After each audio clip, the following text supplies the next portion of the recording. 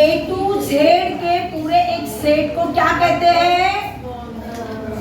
क्या कहते हैं? अल्फाबेट। और हर एक A है, B है, उन्हें हम लेटर कहते हैं। क्या कहते हैं? लेटर। ऐसे 26 लेटर्स हैं, उनको हमने दो पार्ट्स में डिवाइड किया था। कौन कौन से पार्ट्स में डिवाइड किया? वोवेल्स और consonants. Yes, vowels and consonants, यानी स्वर एंड व्यंजन। तो वोवेल्स कितने हैं? 5। उसमें से हमें 5 वोवेल्स मिले। कौन कौन से? A, E, I, O, U। अब इसी A, E, I, O, U का आधार लेकर हम सीख रहे थे आर्टिकल्स। आर्टिकल्स यानी क्या? उपपद, यानी जो भी नाउन होगा, जो भी नाम रखते हैं हम लोग किसी भी चीज को। जैसे मैंने ये कहा ये नोटबुक है, तो एक है नोटबुक, तो मैं कहूंगी a notebook, a girl, a boy, an apple, an elephant. तो इस तरह से हमने द सन, इस तरह से ए एंड द, यह आर्टिकल यूज करना हमने सीखा। अब उसमें हमने देखो यहाँ पर मैंने पूरा लिखा है ए कॉन्सोनेंट साउंड के लिए यूज करते हैं, एंड वोवेल साउंड के लिए यूज करते हैं। A, E, I, O, U ये साउंड होना चाहिए उसमें। और फिर द जो है वन ऑफ अ काइंड, एक स्पेशल यूनिक कोई चीज होती है, उसके लिए हम लोग द यूज करते हैं। आई बात समझ में? तो अब यहाँ पर पढ़ने के बाद आपको पूरा ध्यान में आया होगा। अब आगे मैंने आपको एक टास्क दिया था कल कि ये जो शब्द है इनके आगे आपको आर्टिकल लगाना है। कौन तैयारी करके आया है? कौन दिमाग लगा के आया है? या कौन मुझे बता सकता है? सदब, आ जाओ बेटा। क्लास में सबसे होशियार लड़की है सदब। हाँ, गुड गर्ल। चलो, और तुम्हें भी, तुम्हारा नाम क्या? शाहिद। शाहिद, शाहिद को भी अभी मैं बुलाऊं। चलो, हाँ, शाबाश। अब इसके लिए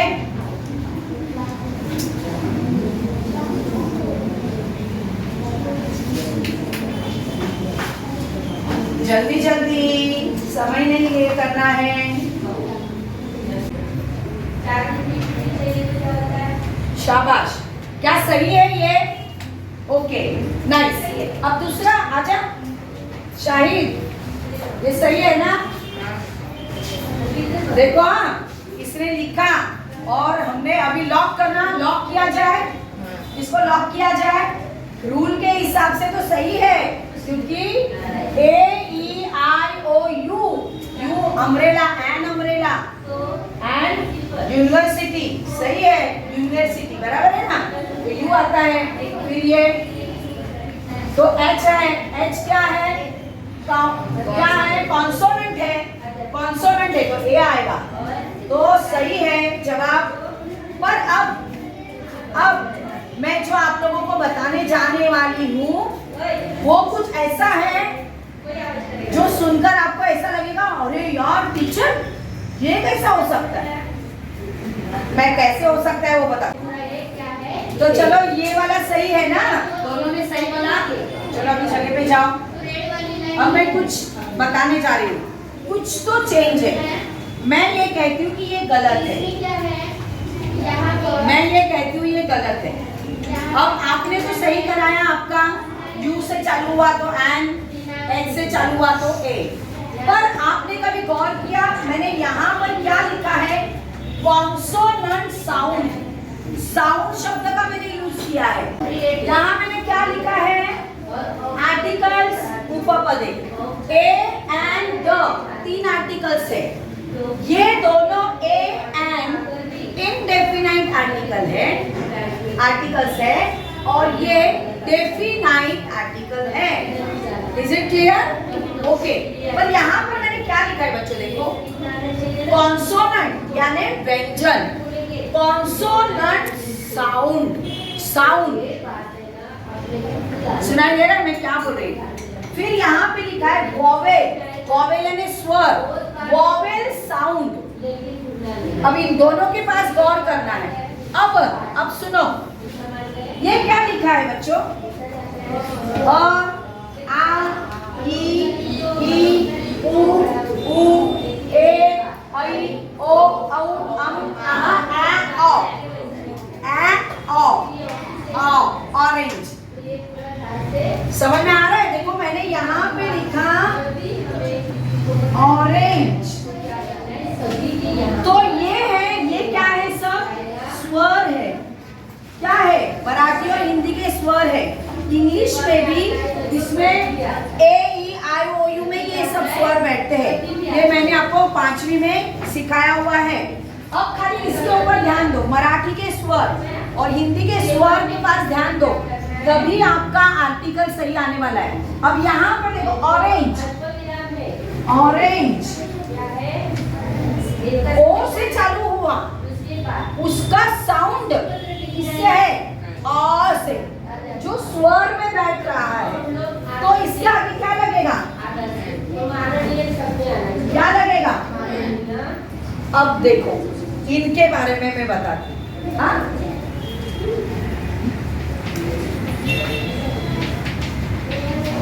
अब इसको मैं मराठी में लिखती हूँ। देखिए यहाँ पर, हाँ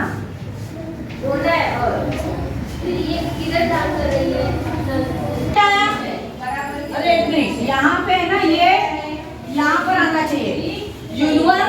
देखो यहाँ पे मैंने गलत लिखा था यूनिवर, बाद में र के बाद में स आता है ना, तो ये जो आधा र है वो किसके ऊपर चढ़ना चाहिए? स के ऊपर चढ़ना चाहिए। क्योंकि मैंने पढ़ते समय कैसा पढ़ा? यूनी व के बाद में र आता है ना, तो बाद में र आता है, तो जो आधा र निकालना होता है उसके बाद के अक्षर में निकालते हैं। तो यहाँ पे नहीं निकालना चाहिए था मुझे, यहाँ पे सॉरी गलती हो गई यहाँ पे। अच्छा चलो, ये यूनिवर्सिटी, ये यू, तो क्या है? ये स्वर है कि व्यंजन है? क्या है? व्यंजन है। तो व्यंजन का जो साउंड होता है उसके लिए हम लोग क्या यूज करते हैं? यूज करते हैं। तो एन यूनिवर्सिटी सही है क्या? क्या यूनिवर्सिटी सही है? यूनिवर्सिटी सही है। ओके, अब देखो सही रहेंगे तो बहुत सही आएगा। देखो ये वाला क्या पढ़ोगे आप लोग?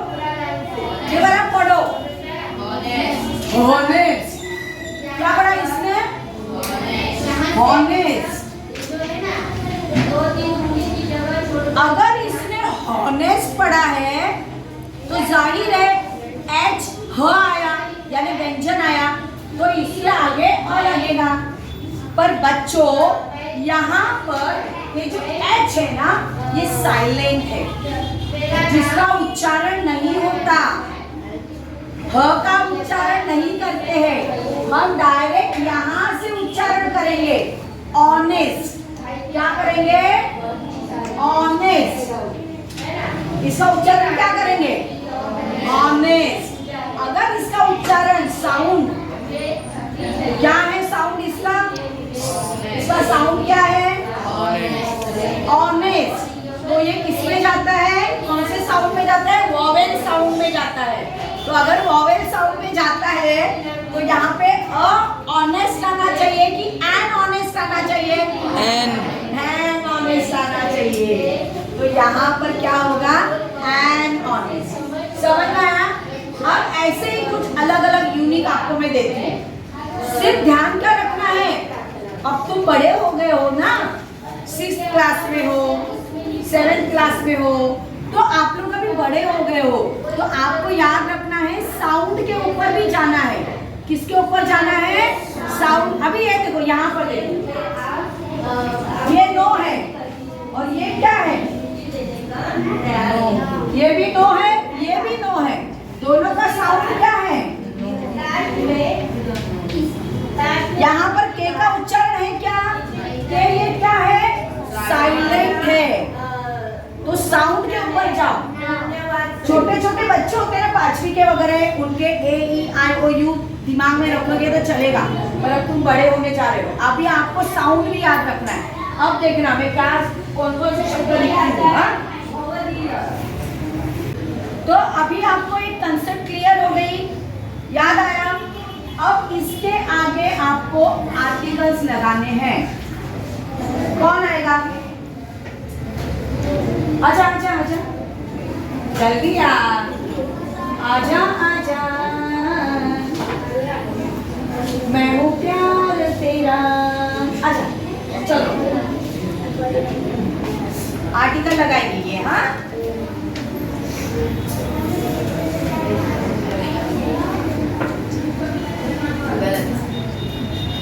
बीच में नहीं बोलना है, जो भी बोलना है सामने आके बोलना है।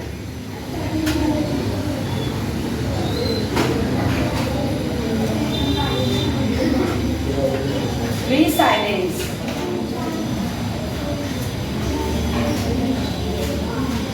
चलो यहाँ तक चलो, ये 3 किए, जाओ जगह पे बैठो। रुको रुको रुको, जगह पे टाइम, इधर रुको। ये एंड क्यों लगाया यहाँ पर एंड, जबकि यहाँ पे एच है? यस, इसका उच्चारण क्या है? अवर। क्या है? अवर। अ से उच्चारण है, इसलिए एंड लगा। अब यहाँ पे एंड क्यों लगाया? अच्छा, इसका उच्चारण आवर में नहीं, यानी घंटा, एक मतलब 1 घंटे के लिए बोलते हैं आर। तो अभी इसको भी आर सी बोला इसने, आर से। घोड़े को क्या बोलेगी तू? बोल। हॉर्स। क्या बोलेगी? हॉर्स। क्या बोलेगी? हॉर्स। ये क्या आता है? मराठी में लिखने के बाद क्या आता है? ह आता है ना, तो ह किस में जाता है बच्चा?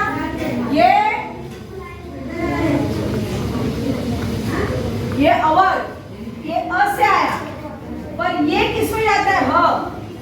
ये तो स्वर में गया, वॉवेल्स में, इसलिए तुमने एंड लगाया। अब ये ह किस में जाता है? इसलिए मैंने क्या कहा, मराठी और हिंदी जो वर्णाक्षर है, ये स्वर है, ये इंपॉर्टेंट है बच्चों। अब ये ह से आता है, ह किस में जाता है? व्यंजक में जाता है, कॉन्सोनेंट साउंड में जाता है, कॉन्सोनेंट साउंड में जाता है। तो यहाँ पे क्या लगेगा? हाँ, क्या लगेगा? ए लगेगा। देखो बच्चों, याद रखना है। अब ये नेक्स्ट वाला एंड अम्ब्रेला, सही किया। अम्ब्रेला, ये क्या है? अम्ब्रेला। क्या आया है? ये इधर आया है, तो वो वॉवेल में गया। आई बात समझ में? इसलिए एंड अम्ब्रेला। अब ये इसका उच्चारण करो। 1 मिनट, तुम जाओ जगह पे, तुम आ जाओ जल्दी जल्दी। चप्पल नहीं पहनना है, मैं कहाँ चप्पल पहनती हूँ? चलो बोलो। यूनिक। यूनिक कैसे लिखेगी मराठी में? यूनिक। तो ये क्या आएगा? देखो यहाँ पे देखो, ये स्वर आया कि व्यंजन आया? व्यंजन। व्यंजन के लिए क्या लगता है? ए लगता है। तो भले यहाँ पे तुमको स्पेलिंग यू से शुरू होती दिखाई दे, पर उसका उच्चारण अगर यूनिक है, य है, तो यह किस में जाता है? व्यंजन पे जाता है, यानी कॉन्सोनेंट साउंड है उसका। तो इसलिए यहाँ पे क्या लगा बच्चों? ए लगा। आई बात समझ में? अच्छा, नेक्स्ट इसका बना एमएलए। क्या आएगा? एन आएगा, एन। ओके, तो चलो हम लोग क्लियर करते हैं कि ये सही है कि गलत है। एन एल ए, हाँ ए आएगा। सही बोलिए बार। एक मिनट, ए आएगा कि एन आएगा? कुछ मत देख बाबा, ये वाला मराठी अक्षर देखो, हिंदी अक्षर देखो। ये क्या है? ये अक्षर पढ़ो, ये अक्षर पढ़ो ना भाई। क्या है? ए। ये क्या है? हाँ हाँ, तो ये किसमें आता है? आई बात समझ में? ये इधर है ना, स्वर में है, तो ये वोवेल साउंड हुआ, तो इसके लिए क्या लगेगा?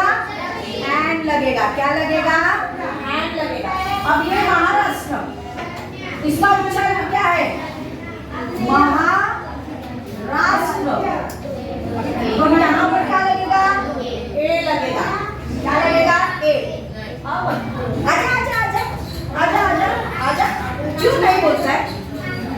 महाराष्ट्र एक ही है। महाराष्ट्र यूनिक है ना, यूनिक स्टेट है, अलग है, खास है। इस पूरी वर्ल्ड में महाराष्ट्र हर राज्य अलग अलग है, एक ही है, खास है। तो यूनिक उनके सामने क्या करते हैं जो यूनिक चीज होती है? क्या लगेगा? ड लगेगा। गड़बड़ गड़बड़ ऐसा नहीं करना है बेटा, आपको ध्यान देना है। चलो तुम जगह पे जाओ और तुम बताओ ये और इसकी स्पेलिंग शुरू हुए ई से और उच्चारण भी और देखिए और ओ आता है तो जाहिर है अ उच्चारण है, उसका कॉन्सोनेंट साउंड है तो क्या आएगा? अरे ये तो कॉन्सोनेंट साउंड है। और क्या है? एक ही है, यूनिक है। तो यूनिक चीजों में भले साउंड कॉन्सोनेंट साउंड आने दो या वॉवेल साउंड आने दो, तुम्हें क्या करना है? वहां पे द लगाना है। अब दूसरा बात, यहाँ पर क्या आएगा? द क्यों आएगा? यहाँ पर तो ई से चल रहा है। एक आंख को एन लगता है, दो आंख को द लगता है। अच्छा, जब प्लूरल होता है तो प्लूरल जो नाउन होता है उनके सामने हमेशा क्या लगेगा? दो लगेगा। और यहाँ पर क्या लगेगा? ई से चलो आई, आई, ठीक है? तो यहाँ पर क्या लगेगा? एन लगेगा। तो आपको समझ में आया बच्चों? कॉन्सोनेंट साउंड होगा तो क्या लगेगा? अब सिर्फ आप बड़े हो गए हो, अभी सिर्फ याद नहीं रखना है। ए ई आई ओ यू से जिसकी स्पेलिंग चालू होती है उसके आगे हम लोग एन लगा देंगे, बाकी सबके आगे हम लोग अ लगा देंगे, फिर जो यूनिक है उसके सामने द लगाएंगे। अब आप उससे भी बड़े हो गए हो, आपको क्या याद रखना है? साउंड याद रखना है, consonant sound and vowel sound. समझ में आया? हाँ, चलो मैंने कुछ सेंटेंस लिखे हैं। अब मैंने आपको बताया था स्पेशल कोई सब्जेक्ट होगा तो उसके सामने कुछ भी होगा तो स्पेशल होगा, यूनिक होगा तो द लगाना है। पर यहाँ पर जो सब्जेक्ट होते हैं ना उसके सामने कभी भी आर्टिकल नहीं लगते हैं, आर्टिकल नहीं लगते। जैसे यहाँ पे देखो we are learning, the English नहीं आएगा, यू आर लर्निंग इंग्लिश, इतना ही आएगा। आई बात समझ में? सब्जेक्ट के आगे आप आर्टिकल नहीं लगाओगे। फिर नेक्स्ट देखो, अब मैंने खाली यहाँ पे फुटबॉल शब्द दिया, फुटबॉल, तो एक फुटबॉल है ऐसा बताना है तो हम लिखेंगे अ फुटबॉल। पर यहाँ पर देखो हम लोग फुटबॉल खेल रहे हैं, जो हम खेलते हैं, खेलों के आगे जो भी उसका यूनिक साहित्य होता है, टूल्स होता है, उसके आगे आर्टिकल नहीं लगता है। जैसे we are playing football, direct और फुटबॉल नहीं लिखोगे। आई बात समझ में? अब यहाँ पे देखो मिल्क और वाटर, ये अनकाउंटेबल चीज है, इसको हम एक दूध, एक पानी, दो पानी ऐसा गिन सकते हैं क्या? उसको हम कैसे गिनेंगे? लीटर में गिनेंगे। तो जो चीजें लीटर में गिनी जाती है उसके आगे कभी भी आर्टिकल नहीं लगाना है। समझ में आया बात?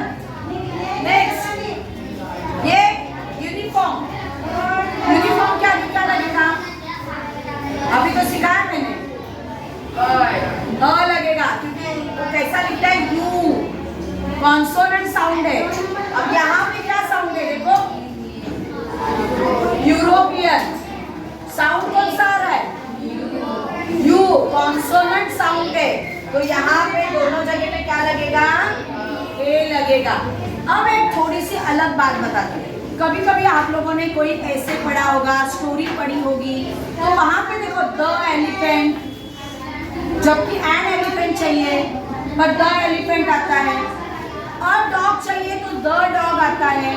तो बच्चों याद रखना, अगर खाली मैंने डॉग लिख के दिया तो तुम अ डॉग लिख सकते हो, पर किसी खास डॉग के ऊपर, किसी खास जानवर के ऊपर अगर आप स्टोरी लिख रहे हो तो उसके लिए खास बता रहे हो ना वही डॉग है, दूसरा डॉग नहीं है, दूसरा एलिफेंट नहीं है, तब वो स्टोरी लिखते समय ऊपर आप हेडिंग लिखोगे द एलिफेंट, द डॉग। आई बात समझ में, द और कब लगाते हैं? अभी मैंने जो आपको बताया, देखो उसका एक एग्जांपल दिया है। देखो, आई सॉ अ डॉग, मैंने एक कुत्ता देखा।